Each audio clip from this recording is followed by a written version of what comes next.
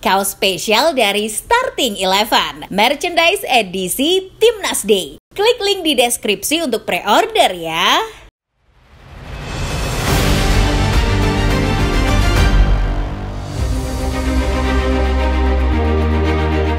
Indonesia harus menelan kekalahan pahit setelah gagal menahan Vietnam di matchday ketiga grup E Piala AFF 2024. Dalam laga yang berlangsung cepat itu, anak asuh Sintayong tampil di bawah ekspektasi. Permainan yang kurang terorganisir membuat lini tengah Indonesia seolah menghilang sepanjang pertandingan. Dengan gelandang yang gagal menjaga aliran bola dan passing yang sering berantakan, serangan balik yang biasanya jadi senjata andalan malah jarang terlihat. Hasilnya, Indonesia harus mengakui keunggulan Vietnam dengan skor tipis 1-0 membuat langkah di grup ini semakin berat. Kekalahan ini diduga kuat akibat lini serang Indonesia yang tampil sangat tumpul. Salah satunya karena rotasi pemain yang masih belum menemukan formula terbaik. Meski beberapa pemain baru menunjukkan kemajuan seperti lini pertahanan yang terlihat lebih solid, ketidakstabilan di lini tengah dan serang justru menjadi titik lemah.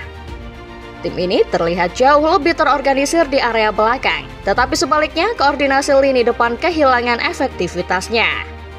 Ada banyak potensi yang muncul dari rotasi tersebut, tetapi dampaknya tetap terasa berat ketika tim belum sepenuhnya padu. Lantas, bagaimana laga kali ini berjalan? Bagaimana strategi Sintayong kali ini sehingga menghasilkan kekalahan?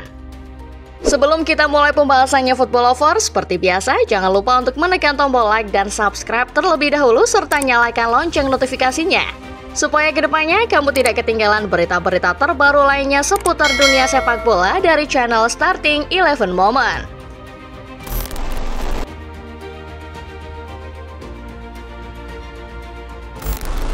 Sebelum bertemu dengan Vietnam, pertandingan melawan Laos yang berlangsung pada Kamis 12 Desember sepertinya jadi momen yang cukup berat buat Indonesia.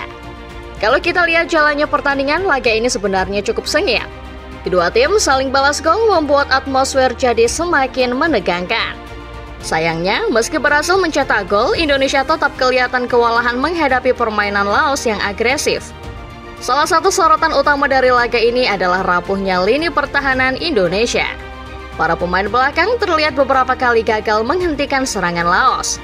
Mereka seperti kehilangan koordinasi dan terlalu gampang dilewati oleh pemain lawan. Bahkan beberapa gol dari Laos tercipta karena pertahanan kita terlalu longgar, membuat mereka dengan mudah menembus kotak penalti. Ini jelas jadi PR besar buat pelatih Sintayong ke depannya. Selain itu, performa kiper Dava Fasha juga belum bisa dibilang maksimal. Meski ada momen-momen di mana dia tampil cukup baik, tapi secara keseluruhan refleksnya terlihat kurang cepat. Ada beberapa peluang Laos yang sebenarnya bisa diantisipasi, tapi sayangnya Dava malah terlihat bingung dan tidak berkutik. Ini jadi salah satu alasan kenapa Indonesia kesulitan mempertahankan keunggulan dan harus puas dengan hasil imbang. Pada akhirnya, laga melawan Laos jadi pengingat kalau pertahanan adalah aspek yang harus dibenahi. Kalau pertahanan kita tetap seperti ini, akan sulit tentunya buat meraih kemenangan di laga-laga berikutnya.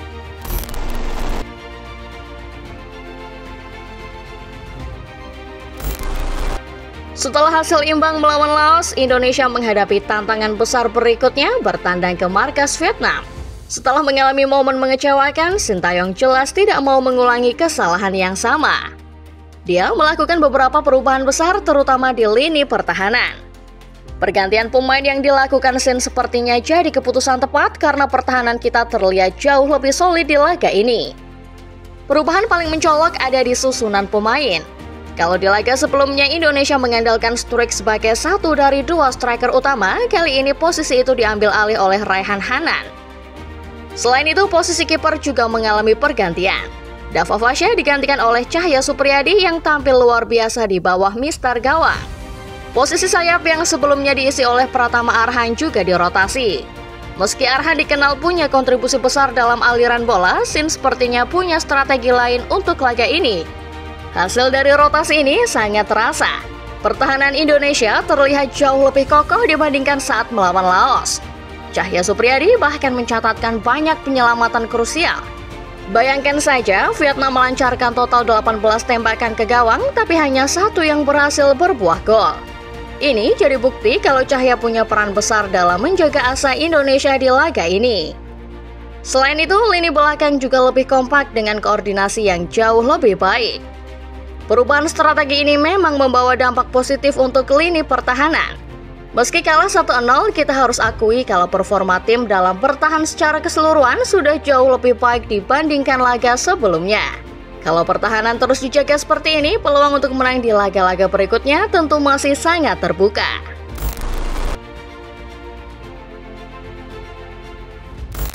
Meski pertahanan kita sudah jauh lebih baik, ada satu masalah besar yang muncul di laga melawan Vietnam ini.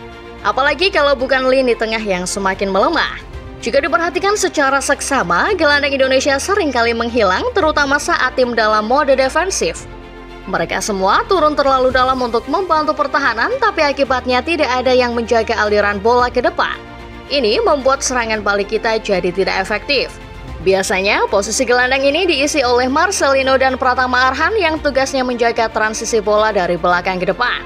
Tapi di laga melawan Vietnam, Marcelino absen mendapat kartu merah dan Arhan tidak dimainkan sejak awal. Akibatnya, aliran bola jadi sangat terganggu. Pemain yang dimainkan di lini tengah kesulitan untuk mengatur ritme permainan, dan itu berdampak langsung pada performa lini serang.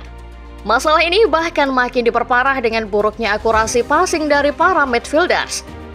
Ada banyak momen di mana bola yang seharusnya bisa jadi peluang malah terbuang sia-sia karena passing yang tidak akurat. Kombinasi gelandang yang menghilang dan passing yang buruk ini jelas jadi faktor utama kenapa Indonesia hanya mencatatkan 2 tembakan sepanjang laga.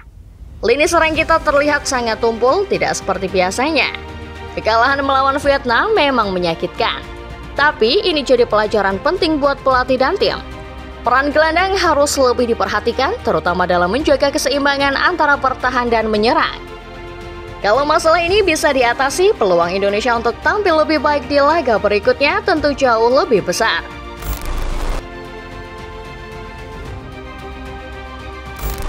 Kekalahan melawan Vietnam memang mengecewakan, tapi sebagai pendukung Garuda, kita harus tetap optimis. Perlu diingat, ini baru matchday ketiga.